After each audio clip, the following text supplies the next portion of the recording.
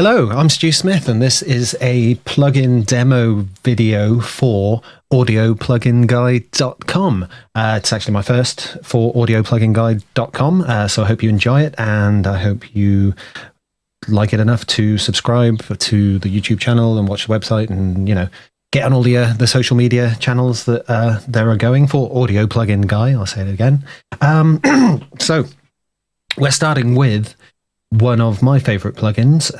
It is, I kind of think of it as like a gateway drug into the world of Arturia analog synthesizer emulations, because it is, well, actually, it's more like a kind of a party. You go to a party and it's like a modern drugs party and everyone's doing different drugs, and there's like 17 different substances available, and you have the time of your life, and you leave it with a kind of crippling, lifelong addiction to sort of 4 or 5 illegal narcotics. So it's like that, but with synthesizers. So if you haven't checked out the Arturia V collection, this is a great introduction to it, because basically in the analog lab, you have them all.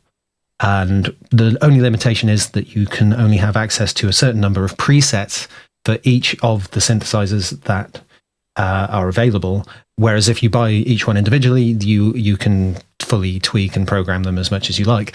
That said, it's not a huge limitation, because you have over 5,000 presets at your disposal in this plugin. And they all pretty much sound awesome. And that is the thing about these analog emulations. It's other ones can sound bad. A lot of synthesizers, they don't always sound great, but there's something about the Arturia stuff. They've really painstakingly modeled these great, fantastic vintage synths. And, let's stop talking about it and I'll show you. So when you open it up, you're presented with this, like, oh yeah, this is just my my little collection of keyboards here. Imagine having this room. That would be so cool. But you have a look around, and these are all the keyboards that you can use. So the first one it starts off with is this opening pad, which I just played you, which is actually the Prophet, which is this one here, and it shows you, gives you a little bit of information about it. So you can choose directly whichever synthesizer you want.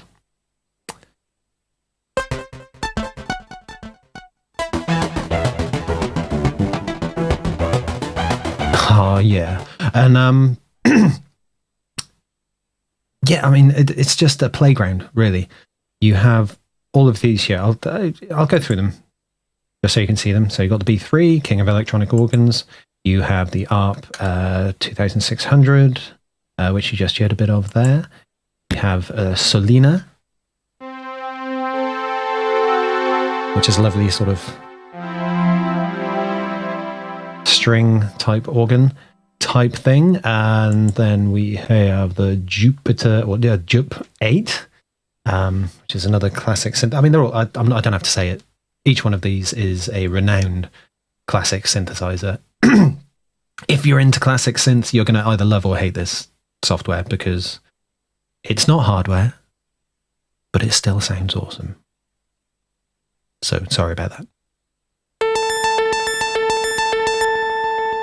The modeling that they've done, they've even gone to the lengths of having stuff like the fan sound simulated. But you see the difference between a hardware synth with a fan and a software synth with a fan is that you can turn the fan off, the software synth, and your keyboard isn't going to melt whilst you're playing it, which is brilliant. And it still sounds good. So there's the CS80. There's so many of them, you've got to be careful not to miss any. So we got Vox Continental. It's a bit of an old school. I think this one's probably got a bit of a fan noise. Can't hear it.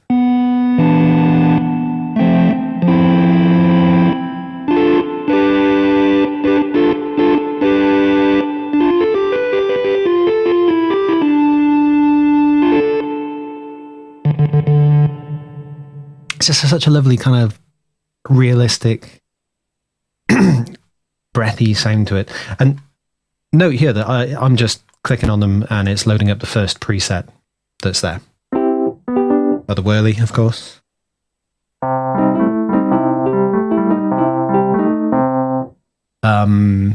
Oh, these crazy things. The modular synth. Neat. I'll come back to that.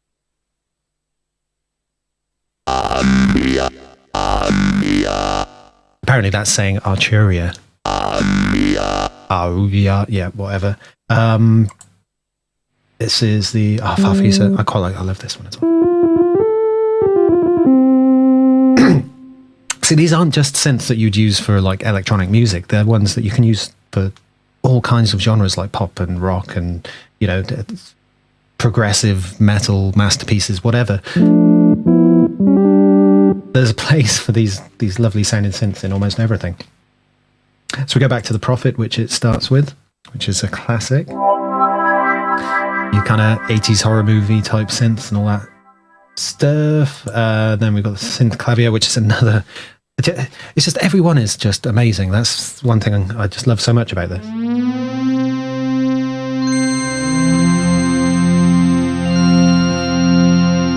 How retro do you want to get?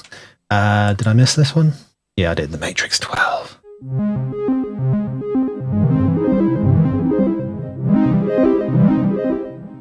Ah, God, see, it's almost 10 minutes in, and I still haven't got through all of them yet. This is the stage 73, which is like an electric piano.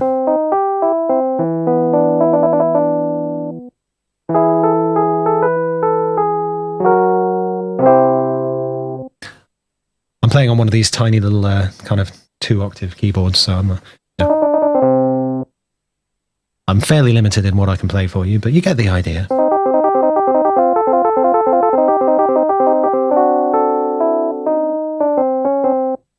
Great playing there. And I think there's one more. This is a toaster, which you can use.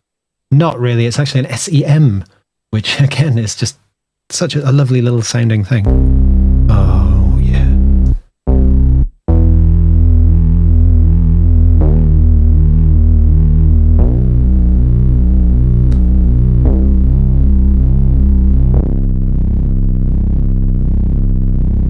You can just feel it, can't you? That's the horror movie. It's brilliant. So yeah, that's all the synthesizers. And there is one special little extra addition, which is this piano. But that's not a synthesizer. No, it's a piano, but it is a synthesized piano. It is modeled and it is so just powerful and variable. You can just get great sounds out of it.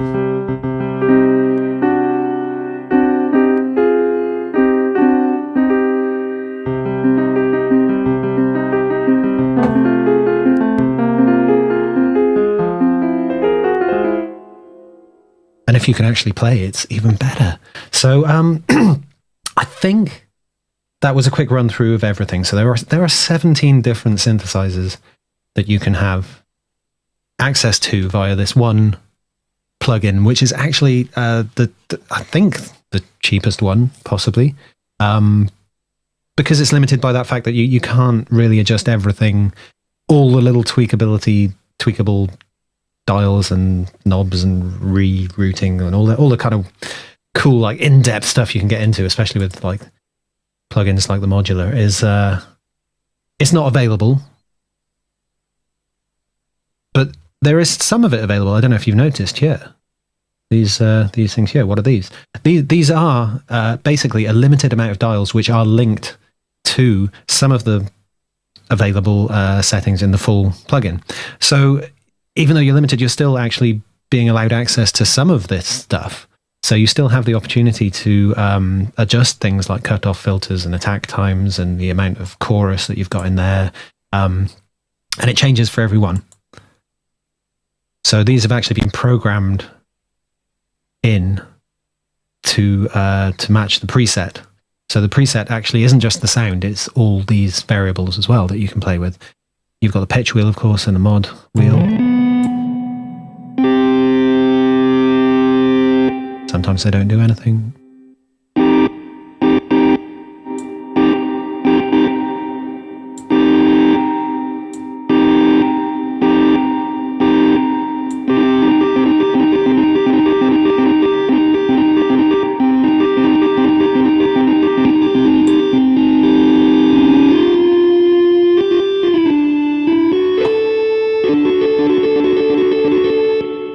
Sorry, it's easy to get carried away because they just sound so great. And that is the surface of it. That's what it is. Okay, so you've got all these synths and you've got a few variable things that you can muck about with, but you can still go deeper. I mentioned earlier there is over 5,000 presets available. So what you saw then was just the initial presets that it jumps to when you pick one of these. You can, and you get this with all the V Collection instruments, you can go to the library and look at all those available presets. So I do believe this is showing me all of them. So if I were to scroll down there, just in alphabetical order, that's your 5,000 presets. Some of them fairly basic. Good old oscillator there. And then, of course, you can filter by the types, whether the bass, characteristics, which is cool if you want to quickly, like, I want something dark. Let's go for that one, a dark bass. Let's have a look what we've got. Oh. Yeah, I wouldn't say that's so dark, but, gotta have a flick through, have a listen.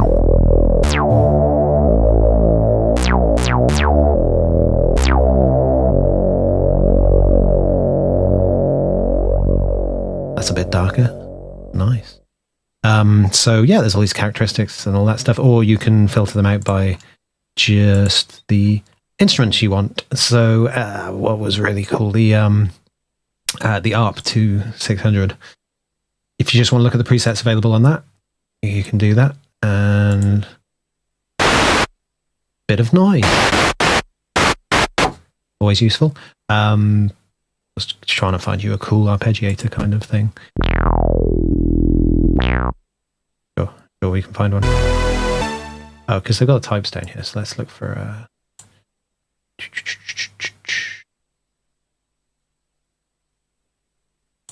let's see what sequences we got.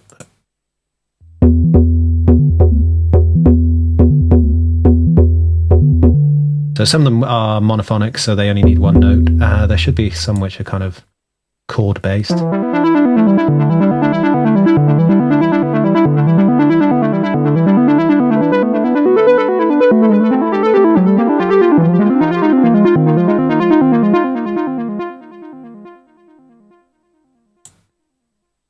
I'm really just scraping the surface here.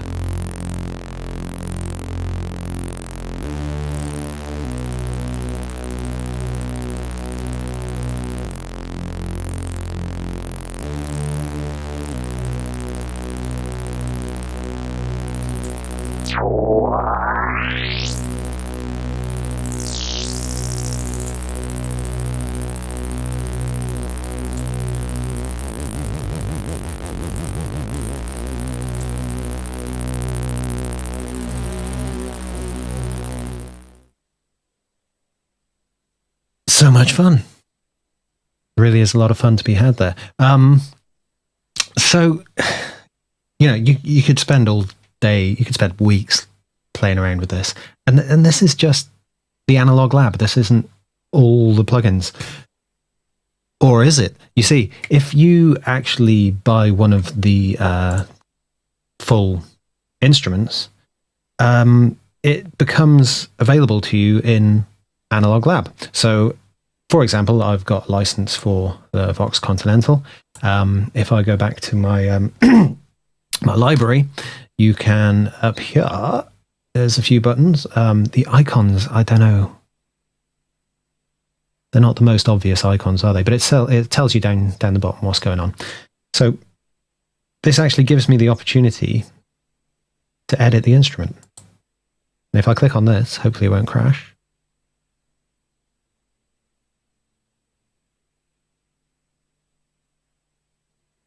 There we go. What it's actually done there is load the full plugin into Analog Lab with all the bells and whistles, dials, knobs and switches. I mean, if I turn these off, get them out of the way, you can see the bass pedals down there, the volume switch, the effects on the amp that you've got, all the kind of percussion switches.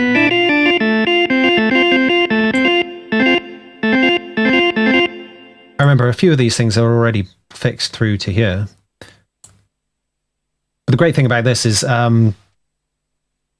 going back to the whole gateway drug thing, once you've got Analog Lab, if you really fall in love with one of them and you just want to really have more control and more options, you can buy it and you can still load it into Analog Lab. And the cool thing about Analog Lab is once you've saved a preset and you've exited out of the actual plugin, it's a lot friendlier on your CPU.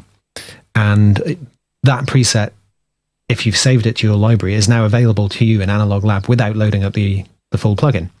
So you can actually have a whole library of your own if you own a bunch of Arturia synths, and you can even create playlists in here of the presets. So the idea being that it's for a live application. If you're gigging and you're using this powered by a keyboard, I would imagine, then you can quickly flick between the presets that you need for that gig, you know, for between songs or in the middle of a song or whatever, and just have access. Like, there it is. There's that preset that I spent 12 hours working on over the weekend, but boom, it's there in Analog Lab, ready to go.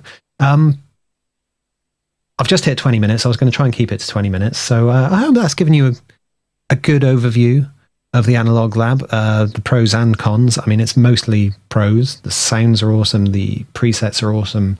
You know, it's just so much fun. I barely touched the just all the sounds that you can get out of it. So if you get a chance to demo it, I would recommend it. I may even do another video of just purely my favorite presets so that you can get an idea of what it sounds like. But this has given you an idea of what it works like, and I hope you've enjoyed that. Yeah, I'm going to leave it at that. There are a couple more things that it does, but I did want to keep this to 20 minutes, so I'm going to leave you just wanting more. And that is the end of my Arturia Analog Lab plugin demo for audiopluginguy.com, who you can find on Twitter and Facebook and YouTube. But mostly the website's going to be really cool. It hasn't even been launched yet. This is like pre-launch content. So yeah, it's early days. Probably the videos will get better, but we look forward to seeing more of them, and I hope you look forward to it too. So thank you very much. I've been Stu. Have a lovely time playing around with your synthesizers. Bye.